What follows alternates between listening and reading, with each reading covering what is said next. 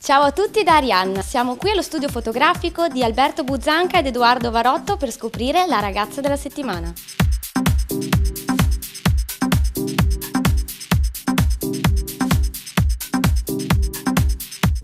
Mi chiamo Edoardo Varotto, sono un fotografo di fotografia pubblicitaria e di moda.